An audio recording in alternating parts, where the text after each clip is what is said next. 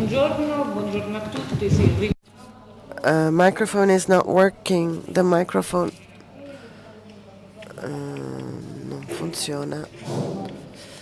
No, adesso sì. Yes, now it works. Okay, thank you. I'm happy to be here with you on Sunday morning and to see you here on Sunday morning. It means that this project is interesting you and we are somehow involving you, and this is what we want to do. So we've already achieved the first result. As Pilar already stated this morning, without risk of being cocky, we want to present again the two practical aspects, the two specific and concrete tools that the Safe Host project is determined to achieve. These two tools are, well, first of all, the one I will present, we've called it the toolkit, toolbox toolkit, along with other actions that the association I represent, TATA, TATA, had the task to carry out, to produce. Where did we start from? I will probably be a little repetitious with respect to what was said yesterday, but as Latin say, repetita iuvant, I repeat to recall some fundamental points. Where did we start? What drove us and what inspired us to carry out this project? Well, the directive that Gabriele already mentioned, and Lucia spoke about it yesterday as well, and Mr. Simoni mentioned it as well. The European Parliament directive of 2011, since no one had registered it or written it or read it, I wrote it out on a slide because it deals with pedopornography, so it takes into consideration anything that is connected to pedopornography, child pornography, specifically and especially online, and it tries to regulate a very common practice, this common practice of child abuse,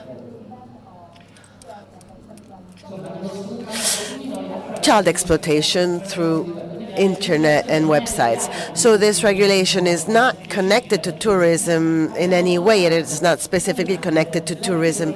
We only have one point, Article 29 in this directive, that specifically mentions and talks about tourism.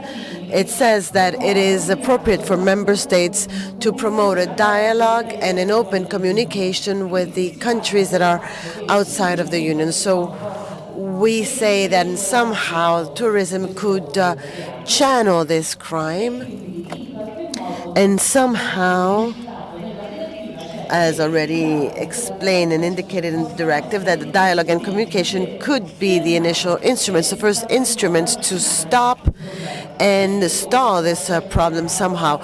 Why did I emphasize the word dialogue and communication? Because as we'll see after my presentation, everything that we intend to do in this Safe Host project is especially creating a networking, dialogue, speak, etc., with all those who already handle these problems and address these issues. We already saw the NGOs and all the partners that are already inside of our project, all the realities and all the enterprises that already deal and address this issue of child labor and child exploitation, the union organizations that already showed their sensitivity to this problem. All these must communicate amongst them and create some synergy somehow. We believe that our project must capture the complete philosophy, the philosophy of the directive. I again remind you of who these partners are in this project, but not so much to speak or to tell you who these partners are, but rather to make you notice something. The partners of this project were somehow called based on the principle and the idea that they had to represent the chain of the touristic services. What does it mean? It means that we believe that that tourism and all these services involved are innumerable, and they involve an incredible amount of players, realities, and all somehow have their own significance in the performance of touristic services. So this call to these partners to have them participate to this project wanted to represent, not completely successful, because as we showed yesterday during our panel with Francois, specifically enriching, well, we saw that we are missing the participation of the hotel industry. So we attempted somehow to involve them in our groups of in this group of partners, because as we saw yesterday during our presentations, the hotel is an important link in this chain of services. If we organize ourselves to face this fight against the sexual exploitation, we are missing the link. If we're missing the link where the crime is actually taking place, well, we do have somehow a gap. So we have partners of in the unions, but also as far as enterprises. So the bilateral agency representing both, well, the representation of travel agencies, ECTA. I mean, all these can somehow put all these ideas into practice with respect to child sexual abuse. We only have one explanation. We're all more or less involved here. We're all players in this area, but we'd like to repeat something to further clarify these points. This is a little graph, a little drawing that I love to show in during my presentations. It simply represents the circuit of all these services together that represent a vacation. So all these suppliers, all the supply chain,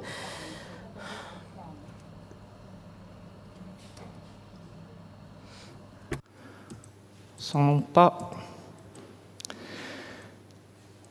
Ops.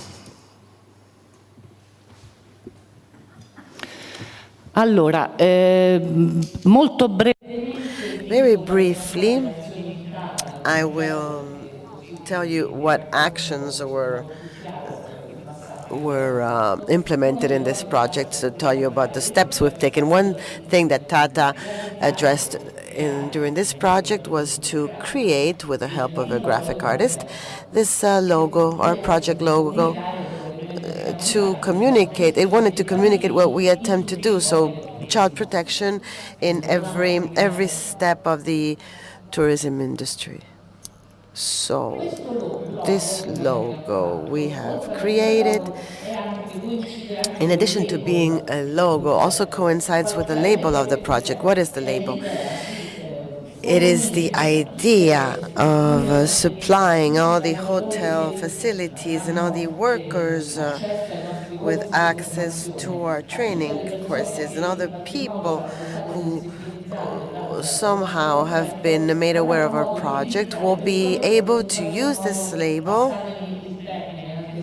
and allow me to use this term as a trademark. It is not a trademark, but somehow we want to say that in this structure, once the safe host label will be made visible, we want to indicate that something has been done to protect and safeguard the children in this hotel facility. We have taken a course, we've done some training, therefore workers are aware, know how to develop tools to fight child sexual abuse in the tourism industry. So somehow, through this label, we want to immediately and quickly convey to the customer who's about to come into this facility, whether it is a hotel or travel agency, restaurant, or whatever other facility that provides touristic services. Through this label, we want to convey the message that you are entering into an area where children are protected, because we know what horrific thing, how horrific child sexual exploitation is, and we are ready to prevent this from happening. Obviously, this label can obviously not be a barrier to this to the practice of this horrible crime. It can't be that simple. But we think that it could be an initial step. We think it is something that may discourage a potential pedophile, whether occasional or not, to gain access to some place that is attempting to stop this phenomenon. So the spirit is specifically the one to discourage this. Obviously, this label will be used on all the documents that were produced by travel agencies, for example. The ones among you who know the rules that exist at a European level as far as travel agency contracts with a customer know that this customer must have a contract also to purchase a ticket. He or she must have a piece of paper that validates this commercial agreement between the customer who paid for the service and the facility, the travel agency providing the service. And this piece of paper will also bear a label. If the travel agency staff has attended this course. So we'll try through this label to somehow disseminate and circulate as much as possible this idea of a barrier against this pedophilia and this sexual exploitation of children in the tourism industry. Che cosa abbiamo voluto fare? What did we intend to do with this logo? There's a child in the middle and colored hands surrounding him. The idea was to create a sort of shield, a protection, an embrace, a care, a defense barrier for this child who's at the center of our project, because we are talking about children. We are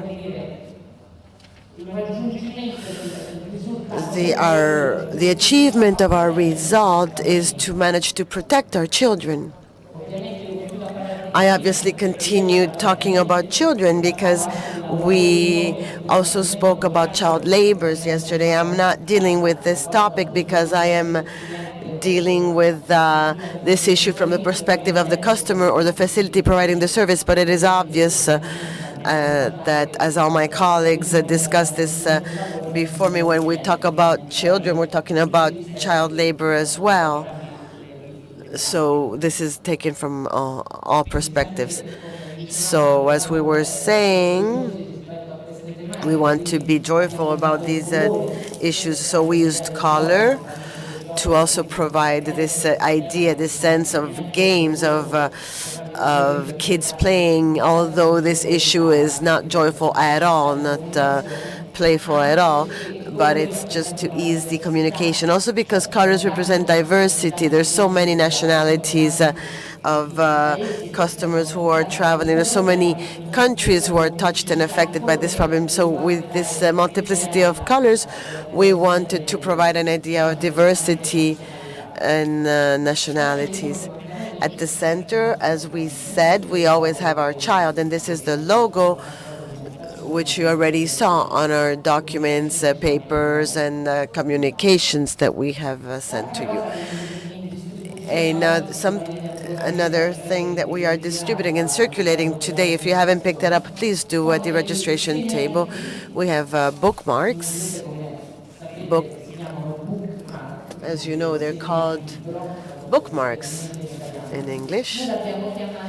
We have called them attention marks. So an attention mark instead of a bookmark. We have reproduced this format, the format of a bookmark, and so we hope that after this conference you will keep this among your things in the midst of your books, and so you will have it readily available. The idea to produce a bookmark was to produce something that you would always keep with you, and maybe not something you would throw away after the end of the conference. I invite all our partners in this project, or those who want to circulate or speak of what we're doing, to pick up a few of these so you can use them to distribute them as well, because each one of you after this conference will become a witness of our project, I hope, and will speak to the greatest number of people about what we're doing. So we hope that this little tool can help you to tell our story. And in addition, this is also a means to advertise and to circulate our website address. As we said yesterday, we're going to collect all the material that was produced during this conference and that will be produced at a later time, and we will publish it on this website. In addition, we'll also have our toolkit with our training, also tools that are the more practical aspects of this project. What is this toolkit? The toolkit, we wanted to call it toolkit, just as a toolbox. Why? Because our idea about this toolkit is to provide our workers with a box where they can find useful tools to fight child sexual abuse. What are the tools that we can provide to a worker in order to face this problem? Well, certainly training. Who do we want to offer training to? To all the workers who are involved in this chain of services: hotel, restaurants, travel agencies, tour operators, transportation, and I add airline companies. Anything that touches or has to do with a potential client or a potential pedophile should have access to this toolbox and carry these tools or possess these tools which may help them face this problem. It is not easy. Since we've started this project, as I said yesterday, I've been dealing with these issues for many years, and when I thought about this toolbox, at the beginning I thought it was a genius idea, because I said to myself, we're doing something that's actually useful.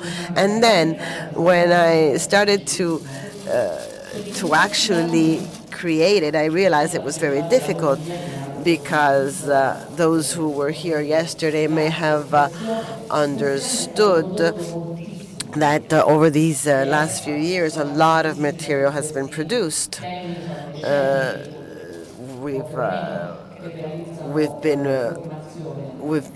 Some training courses have been produced for decades. The NGOs, the UNICEF, many agencies and many organizations, whether profit or mainly non-profit, have produced and created courses about these issues. They've produced the training materials, books, with collections of researches. There's a lot of material available.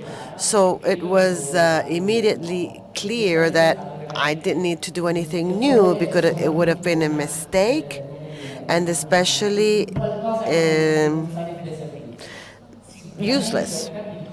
I certainly understood that a collection and rationalization of everything that already existed, or rather an attempt to collect everything that already existed and rationalizing would have already consisted in a major task. Why? Because often the ones who approach this type of issues with a will to learn more will get lost in a huge ocean, an ocean of information, and sometimes this information is so ample and rich that it is difficult to understand unless you are guided by a specific organization. you risk getting lost and not finding the right information. So this toolkit intends or expects to collect all the material and put it together so you don't have to search for it. I'm not talking about selecting material or other, but it just wants to represent a collection of anything that could be useful for all sorts of workers. So the material present in this toolkit is not original. Again, this is material produced by ECPAC or the organization The Code, who's been producing many things about these issues for many years. So this is a toolkit, a toolbox containing many pieces of information that have already been produced. The spirit with which we are gathering this information is more or less the one to provide an initial information about the tourism connected to responsible tourism. And here I have attached a table of contents to have an idea of what you can find. This is just one of the many things I have. I'm showing you this table of contents to just give you an idea. This is an information manual. It's like a manual that was produced by ECPAC France that talks about responsible tourism with respect to children. This part of the responsible tourism that must also keep in mind the respect of the children. It was widely addressed by Mrs. Borrell, who spoke at length about responsible tourism. It's the only tourism that we're now discussing at a European level. In responsible and sustainable tourism, we saw in the guidelines that Christina Boros showed to us, there's an attention, there's a focus on this theme. So it really falls under this touristic policy, the touristic policy of the European Union.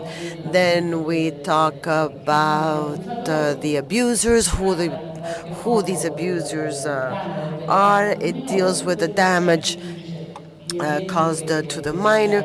This is also an example mentioned by ECPAT France. We talk about the fight against the child sexual abuse, the commitment and the action of professionals in the tourism industry, and then how together we can work or act to face this problem. What else will be contained in this toolkit? We'll have guidelines.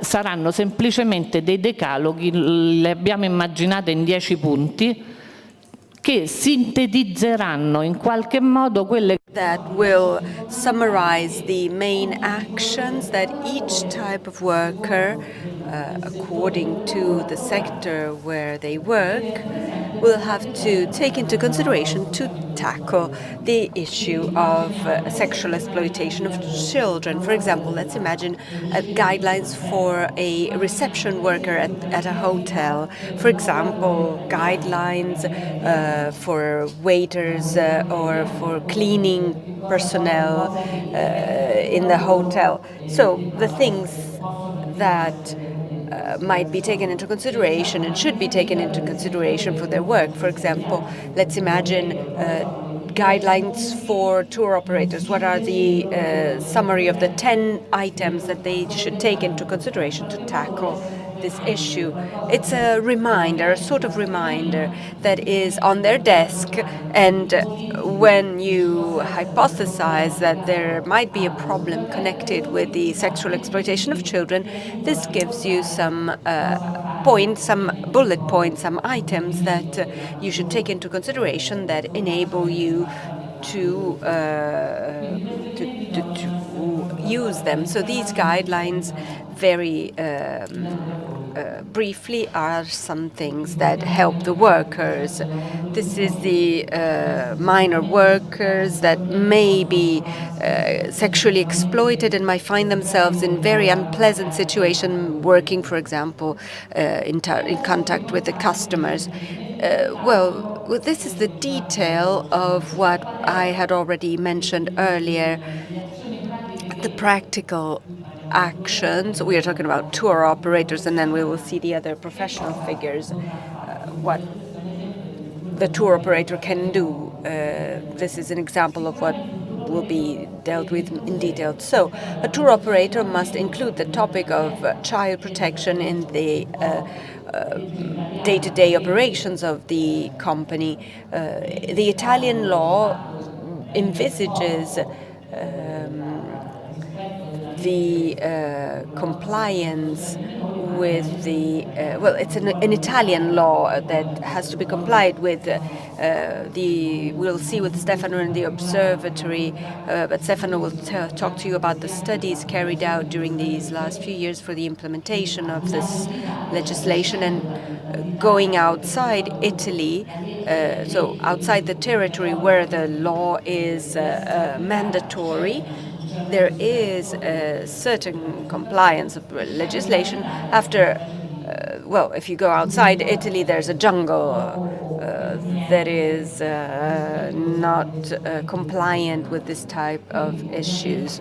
Of course, as you can imagine, this toolkit is not only referred to Italy, so including the topic of child protection in Italy is taken for granted. It has to be done, and even though it's not done very well, and it's done just to abide by the law, so there's not a lot of involvement, not a lot of dedication, and not a lot of results. It's just to be in line with the legislation, the existing legislation. So this topic of the inclusion of child protection, when it becomes one of the topics that is taken into consideration in corporate policies, is helpful in carrying out our goals, in achieving our goals. The destinations is a big problem, but we are talking about the European viewpoint because it's a European project. Everything that has to do with the tourist destinations in the countries that are where the crime is perpetrated is not taken into consideration, or better, we are taking into consideration through the mobility of the personnel in Europe or in hotel chains or tour operators that work also in other destinations. It would be very important to tackle the destination problem on the part of tour operators. So with the tour operators, we can have a monitoring of the crime throughout the destinations. So we're having tour operators that work on the spot. We can have a good monitoring. Otherwise, it would be difficult to carry out. What was said is that, and that has to be done, is to inform and be vigilant on those who provide services. For example, there is a tertiarization, so giving services in outsourcing, and the owners don't check the services given in outsourcing. The tour operator might not be in control of all its services on the spot. The fact that there is no direct control because there is no direct company makes the implementation of certain regulations slip out of hand. And so the tour operator should be careful maybe in their catalogs, but then when they organize services and then they outsource them, for example, a taxi driver in Mexico might well, in order to make ends meet, provides information on where to find children. But that's just an example. Well, it's a tangible example, this one.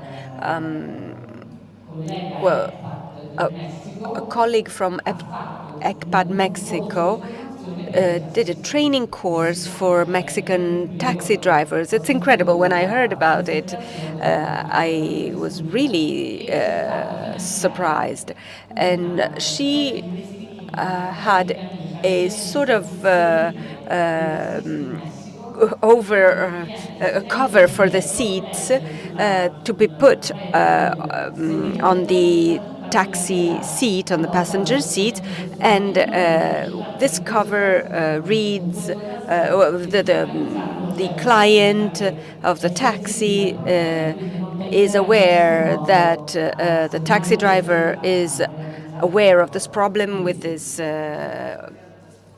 cover for the taxi that says something about the possible child exploitation, etc. It's a very important tool because I am continuing to talk about the service suppliers chain, but these are institutional services providers, the classic ones.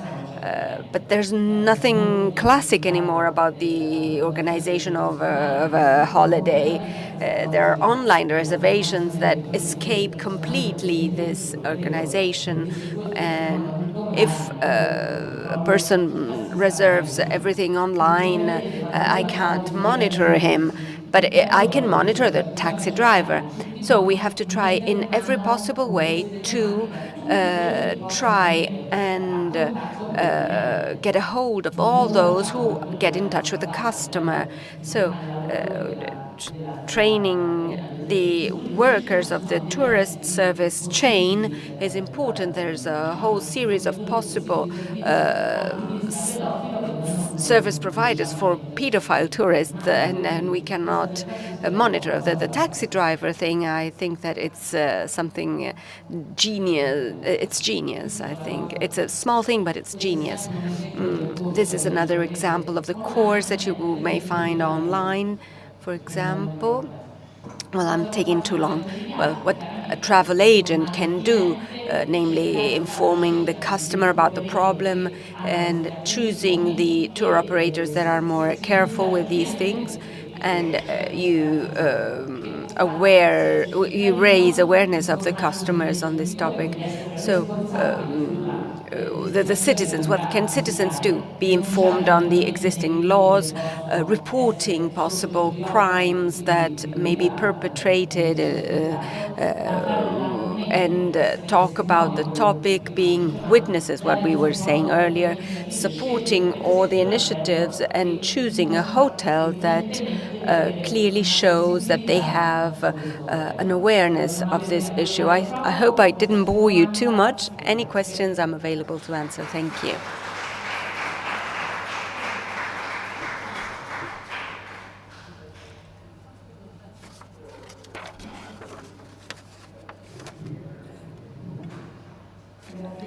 Thank you, Anna. I am completely in agreement with what Anna said. It would be very interesting that in the future the hotel sector could be present in this project, and it would make things easier when this toolkit is to be disseminated, and the logo of the Hotels Association should be in the project as well.